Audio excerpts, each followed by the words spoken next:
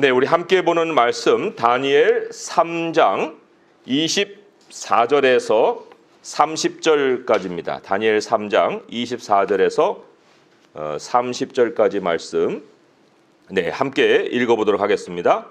그때 느부갓네살 왕이 놀라 급히 일어나서 모사들에게 물어 이르되 우리가 결박하여 불 가운데 던진 자는 세 사람이 아니었느냐 하니 그들이 왕에게 대답하여 이르되 왕이여 올소이다 하더라. 왕이 또 말하여 이르되 내가 보니 결박되지 아니한 네 사람이 불 가운데로 다니는데 상하지도 아니하였고 그 넷째의 모양은 신들의 아들과 같도다 하고 느부갓네살이 맹렬히 타는 풀무불 아귀 가까이 가서 불러 이르되 지극히 높으신 하나님의 종 사드락 메삭 아벳느고야 나와서 이리로 오라 하매 사드락과 메삭과 아벳느고가 불 가운데서 나온지라. 총독과 지사와 행정관과 왕의 모사들이 모여 이 사람들을 본즉 불이 능히 그들의 몸을 해하지 못하였고 머리털도 그을리지 아니하였고 겉옷빛도 변하지 아니하였고 불탄 냄새도 없었더라. 느부갓네살이 말하여 이르되 사드락과 메삭과 아벳느고의 하나님을 찬송할지로다. 그가 그의 천사를 보내사 자기를 의뢰하고 그들의 몸을 바쳐 왕의 명령을 거역하고 그 하나님 밖에는 다른 신을 섬기지 아니하며 그에게 절하지 아니한 종들을 구원하셨도다. 그러므로 내가 이제 조서를 내리노니 각 백성과 각 나라의 각 언어를 말하는 자가 모두 사드락과 메삭과 아벳느고의 하나님께 경솔히 말하거든 그 몸을 쪼개고 그 집을 걸음터로 삼을지니 이는 이같이 사람을 구원할 다른 신이 없음이라 하더라. 왕이 드디어 사드락과 메삭과 아벳느고를 바벨론 지방에서 더욱 높이니라. 아멘. 여기 사드락, 메삭, 아벳느고 나오죠. 히브리 이름으로는 하나냐 또 미사엘, 아사랴 이렇게 돼 있어요. 다니엘의 세 친구입니다. 다니엘의 세 친구와 다니엘이 이제 바벨론에 잡혀왔는데 하나님이 이들에게 엄청난 은사를 주세요. 지혜를 주시고 또 다니엘에게는 꿈을 해석할 수 있는 그런 은사를 주십니다. 1장 17절 말씀이 그렇게 나오죠. 하나님이 이 네 소년에게 학문을 주시고 모든 서적을 깨닫게 하시고 지혜를 주셨으니 다니엘은 또 모든 환상과 꿈을 깨달아 알더라. 그러니까 다니엘에게 조금은 더 특별한 은사를 주셨습니다. 자, 다니엘이 이제 느부갓네살 왕의 꿈을 알아맞히고 해석을 했어요. 그래서 다니엘이 이제 높여졌죠. 그런데 높여진 것뿐만 아니라 2장 46절에 보면은요. 이에 느부갓네살 왕이 엎드려 다니엘에게 절하고 명하여 예물과 향품을 그에게 주게 했는데 다니엘이 어떤 요구를 했냐면은 49절에 왕이 또 다니엘의 요구대로 사드락과 메삭과 아벳느고를 세워 바벨론 지방의 일을 다스리게 하였고 다니엘은 왕궁에 있었다 그랬어요. 그러니까 다니엘은 이제 왕궁에서 심우를 하고 이 세 친구는 지방 발령을 받아서 지방에 가게 된 상황입니다. 자, 그런데 이제 꿈을 꾼 느부갓네살이 꿈을 꾼 다음에 야, 금신상이 나라고? 이런 엉뚱한 생각을 갖고 이제 금신상을 만든 거예요. 어마어마한 큰 신상을 만들었습니다. 그리고는 이제 그거를 어디다 세우냐면은 3장 1절에 보니까 두라 평지인데 바벨론 지방의 두라 평지에 세웠더라. 이 두라 평지에 누가 있었냐면 바로 다니엘의 세 친구가 있은 거예요. 지방 발령을 받았으니까. 그 다니엘은 이제 왕궁에 있고 얘네들은 지방 발령을 받은 상황에 금신상을 이제 세워놓고 낙성식을 한다 해갖고 모든 이제 고관들 다 거기다가 모아놓은 거죠. 초청을 해갖고 먼 거리에서도 다 오고 이제 거기에서 절하는 예식을 이제 가지게 한 겁니다. 3장 2절에 보면 느부갓네살 왕이 사람을 보내어 총독과 수령과 행정관과 모사와 재무관과 재판관과 법률사와 각 지방 모든 관원을 느부갓네살 왕이 세운 신성의 낙성식에 참석하게 하였다. 다 모였죠. 그리고 이제 6절에 보면은 이런 형벌을 경고합니다. 누구든지 엎드려 절하지 아니하는 자는 즉시 맹렬히 타는 풀무불에 던져 넣으리라 하였더니. 자, 이 말 앞에 세상 사람들이 막 겁을 벌벌벌 하고 떨면서 냈을까요? 그렇지가 않습니다. 세상은요, 우상이 문제가 되질 않아요. 그게 금신상이든 돼지머리든 무슨 상관이 있겠어요. 그냥 자기 목숨을 유지할 수만 있으면 우상을 가리지 않고 그냥 꼬뻑꼬뻑 절을 합니다. 전혀 문제가 되지 않아요. 세상은요, 목숨이라는 현실 안에 갇혀 있습니다. 자기 목숨이 유지가 될 수 있으면 금신상의 위협으로 느껴지지 않는다는 겁니다. 그런데 우리가 영적인 현실이 있다는 걸 알잖아요. 그 사람들은 영적 현실에 눈이 가려 있기 때문에 뭐 별로 문제가 안 되는 그러한 사람들이지만 우리에게는 영적 현실이 있는데 이 영적 현실이라는 것은 죽음을 통과하지 않고는 우리 앞에 열리지 않습니다. 죽음을 통과할 때만이 열리는 거예요. 그런데 이 사람들은 목숨이라고 하는 울타리 안에 갇혀 있기 때문에 그 밖에 있는 현실이 안 열리는 거예요. 거듭남의 의미가 1차로 죽음입니다. 새롭게 태어나기 전에 우리는 죽습니다. 죽은 자만 죄에서 벗어나게 돼 있어요. 로마서 말씀으로 한번 가서 6장 6절 7절을 제가 읽어드리면 이런 말씀이 기록이 되어 있습니다. 우리가 알거니와 우리의 옛사람이 예수와 함께 십자가에 못 박힌 것은 죄의 몸이 죽어 다시는 우리가 죄에게 종노릇하지 아니하려 함이니 이는 죽은 자가 죄에서 벗어나 의롭다 하심을 얻었음이라. 죽은 자만 죄에서 벗어나요. 죽은 자만 의롭다함을 받습니다. 죽지 않고서는 이런 일이 벌어지지가 않습니다. 예수님이 우리에게 이루어 주신 일이 뭐냐면 우리가 예수님 안에서 죽고 다시 살아나게 하신 거예요. 의롭다함을 얻게 하신 겁니다. 우리는 누구냐면 사망의 위협이 우리에게 위협을 가할 수 없는 사람들이에요. 사망이 우리를 두렵게 할 수 없는 사람들이라는 겁니다. 하나님의 나라 현실이라는 것이 그냥 열리는 게 아니에요.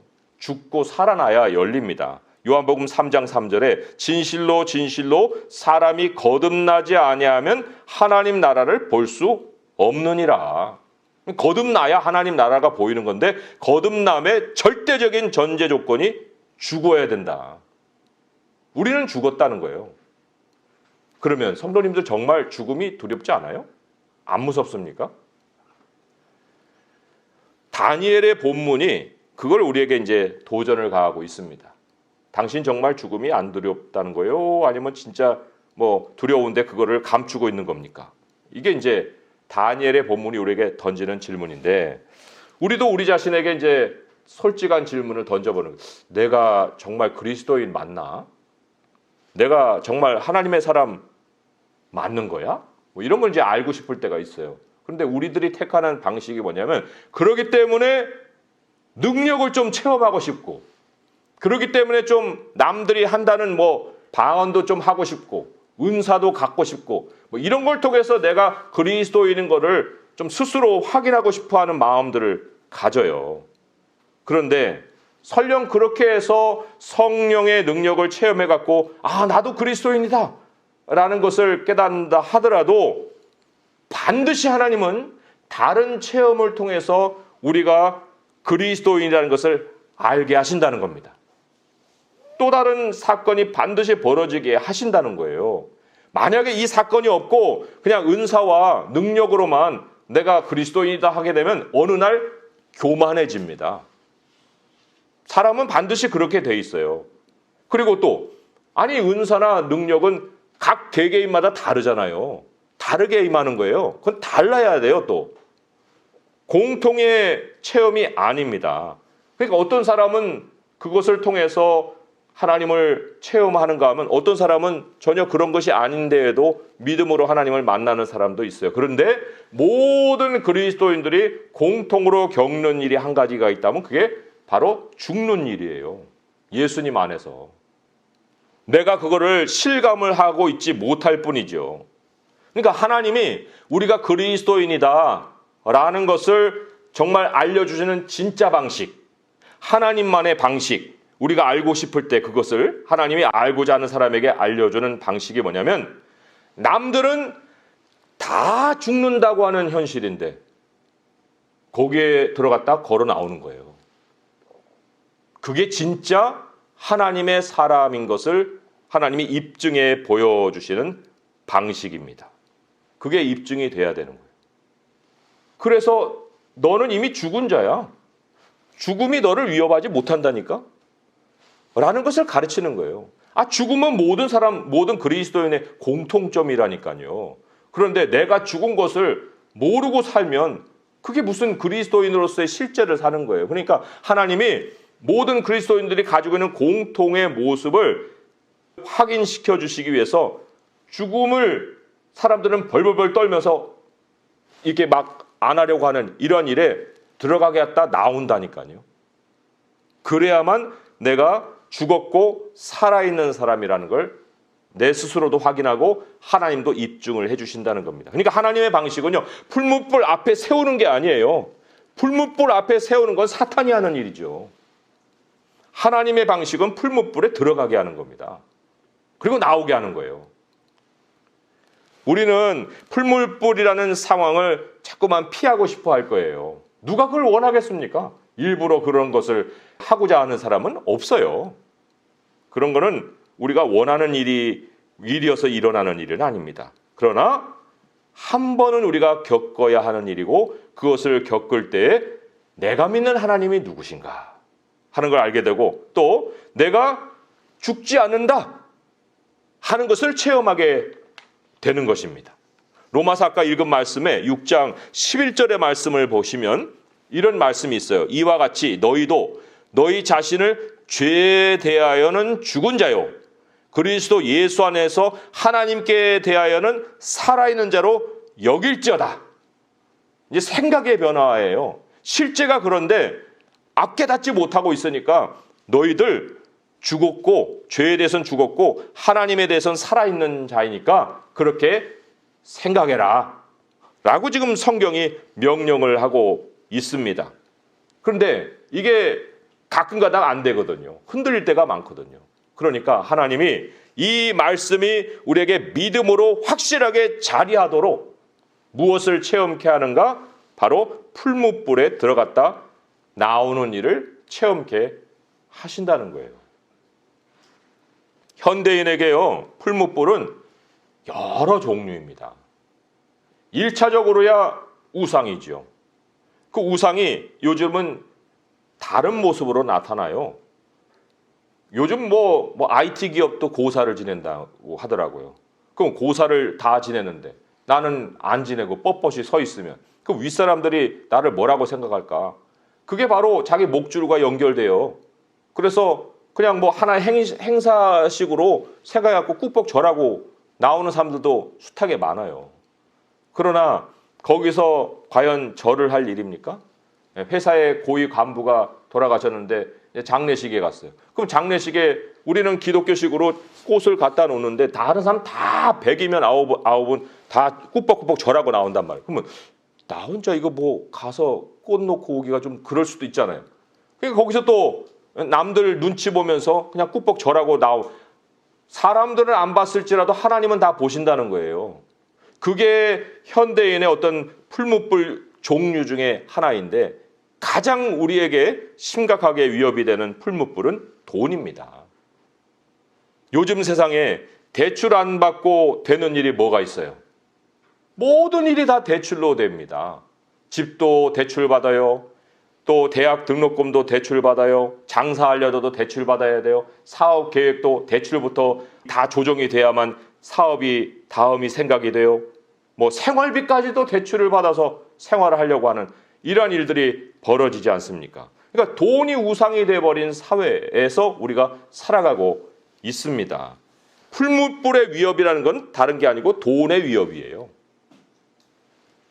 내가 두려워하는 모든 상황 중심에 그 돈이 있다. 자, 그러면 예를 들어 봅니다. 요즘 이제 전세란이잖아요. 전세란이라는 게 뭐 매매만 없어서 전세란이 아니라 올려달라는 거예요. 그것도 1억, 2억씩. 아니면 어디로 갑니까?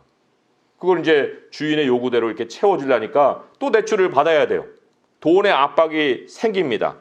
그럴 때 내 생각이 이제 옛날에 그 습관대로 기울여 있으니까 어디서 가서 대출을 받아야 되나 이 생각부터 이제 막 하게 되는 거예요. 그런데 다니엘의 세 친구는 어떻게 했다는 거예요? 이 상황에서. 다니엘의 세 친구는 풀무불을 택했다는 겁니다. 죽을지언정 이제 나는 대출 안 받는다.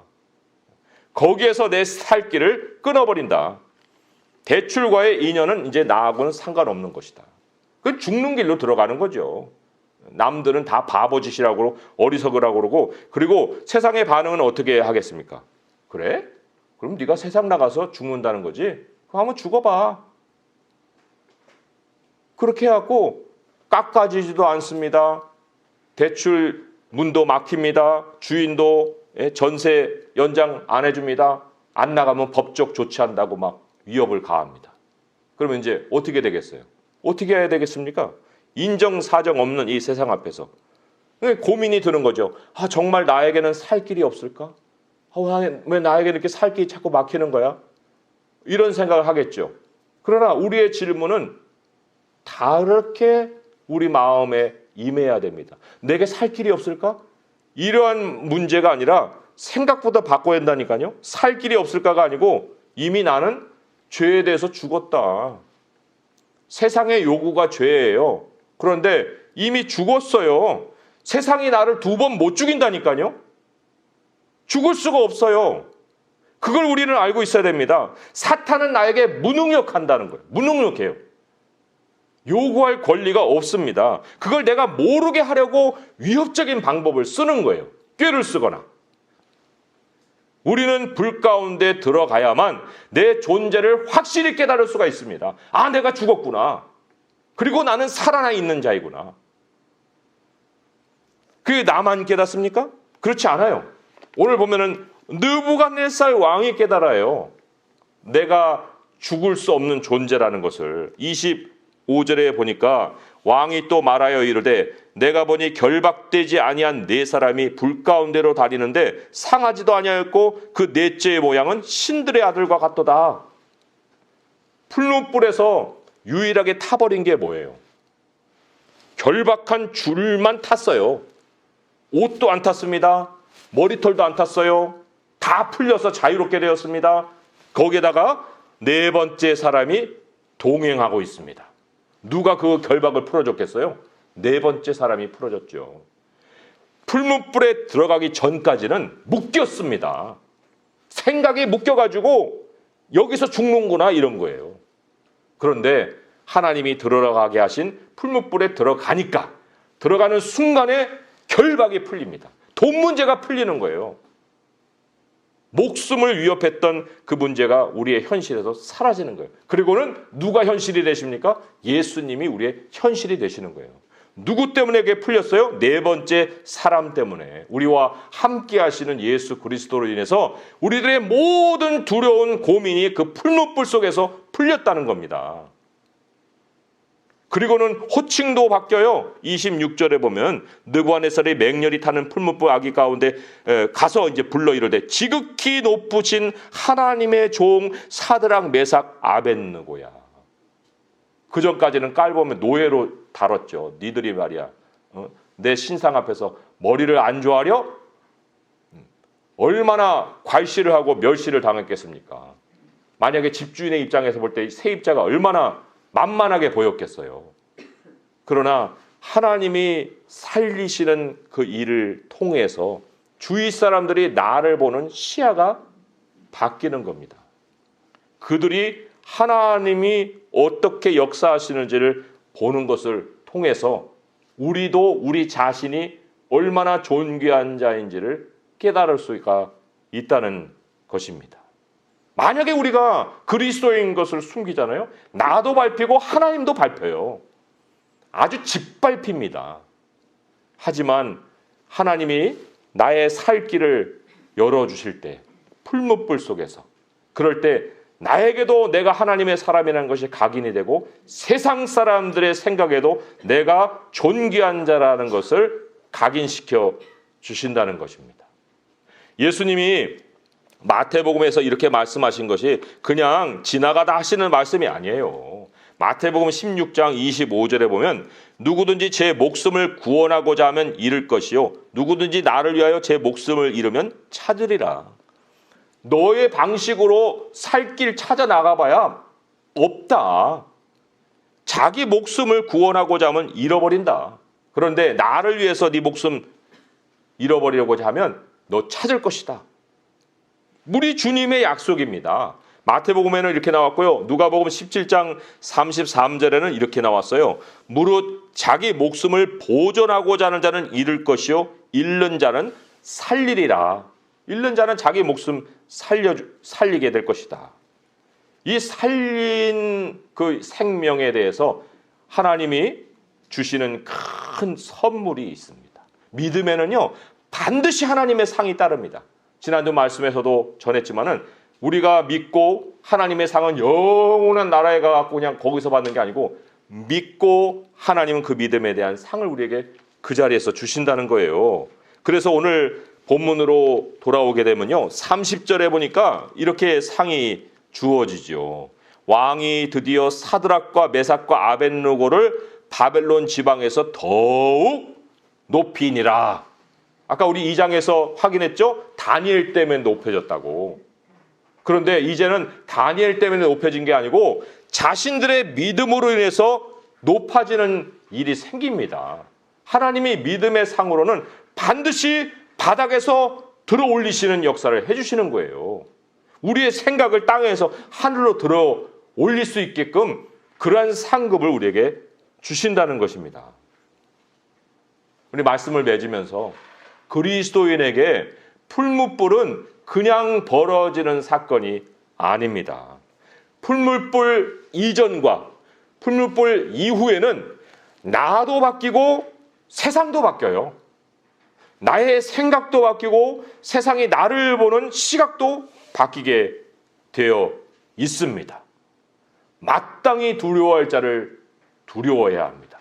마땅히 무서워해야 할 자를 무서워해야 합니다. 누가복음의 12장 말씀에 누구를 우리가 두려워하고 살아야 하는가 하는 말씀이 기록이 되어 있죠. 누가복음 12장 4절에서 9절까지 말씀 잘 들어보세요. 하나님이 어떻게 우리에게 살 길을 열어주시는가. 하나님을 두려워하는 자에게 마태복음 12장 4절부터 9절까지 제가 읽어드립니다. 내가 내 친구 너희에게 말하노니. 얼마나 가깝게 우리를 대해 주십니까? 몸을 죽이고 그 후에는 능히 더 못하는 자들을 두려워하지 말아라. 마땅히 두려워할 자를 내가 너희에게 보이리니 곧 죽인 후에 또한 지옥에 던져넣는 권세 있는 그를 두려워하라. 내가 참으로 너희에게 이르노니 그를 두려워하라. 참새 5마리가 2아사리온에 팔리는 것이 아니냐. 그러나 하나님 앞에는 그 하나도 잊어버리는 바 되지 아니하는도다. 너희에게는 심지어 머리털까지도 다 세신 바 되었나니 두려워하지 말라. 너희는 많은 참새보다 더 귀하니라. 내가 또한 너희에게 말하노니 누구든지 사람 앞에서 나를 시인하면 인자도 하나님의 사자들 앞에서 그를 시인할 것이요 사람 앞에서 나를 부인하는 자는 하나님의 사자들 앞에서 부인을 당하리라. 하나님을 시인하는 방식이 바로 죽음의 자리로 들어가는 거예요. 실질적으로 내가 하나님 믿습니다. 아무리 말로 떠들어봐야 소용이 없고 내가 하나님을 시인한다는 사실을 하나님이 풀무불 앞에서 내가 보게 하고 하나님께 입증이 되고 하늘이 알게 되고 땅이 알게 해주신다는 겁니다. 그러면 산다. 예수님 요한복음 11장 26절의 말씀이 이렇게 우리에게 선포되어 있습니다. 무릇 살아서 나를 믿는 자는 영원히 죽지 아니하리니 이것을 네가 믿느냐. 우리는 살아서 예수님을 믿었습니다. 영원히 죽지 않습니다. 죽음의 상황이 우리에게 펼쳐지지 않습니다. 남들이 다 죽는다는 그 사실로 뛰어들어가서 나올 수 있는 유일한 사람들입니다. 이 사실을 우리가 깨닫고 무엇이라도 우리의 마음속에 두려움이 들어올 때마다 이 다니엘이 보여준 이 풀무불 사건, 이 사건을 통해서 하나님은 살아계시고 세상은 나를 2번 죽이지 못한다 하는 마음의 확신을 가지고 모든 일을 담대하게 맞을 수 있는 성도 될 수 있기를 주님의 이름으로 축원드립니다. 기도하겠습니다. 하나님 아버지, 우리들이 또 두려워하는 많은 풀무불들이 있습니다. 거기 들어가면 나는 죽는다. 세상이 계속해서 그러한 위협을 머릿속에 가하고 있습니다. 아버지, 그러나 실제로 들어가면 아무것도 아닙니다. 우리 주님이 함께하여 주시고 거기에 살 길이 열립니다. 우리들을 묶었던 그 줄만 다 불타버리고 우리는 머리털 하나도 옷 하나도 냄새 하나도 나지 않는 그러한 멀쩡한 모습으로 나오게 되는 줄 믿습니다. 우리 주님이 우리와 함께 하셔서 그러한 생명의 역사를 펼쳐가실 줄 믿사오니 어떤 것도 우리의 상상 속에 두려워하지 않게 하여 주시옵시고 우리가 하나님께서 살려주신 우리 하나님의 백성인 것을 하나님이 먼저 입증해 보여주시고 우리의 삶을 통해서 체험할 수 있도록 도와주시옵소서. 세상도 우리를 지극히 높은 하나님의 종인 것을 깨닫게 하사 그들이 다시는 우리를 위협하지 못하도록 하여 주시옵소서. 우리 주 예수 그리스도의 이름으로 감사하며 기도합니다. 아멘.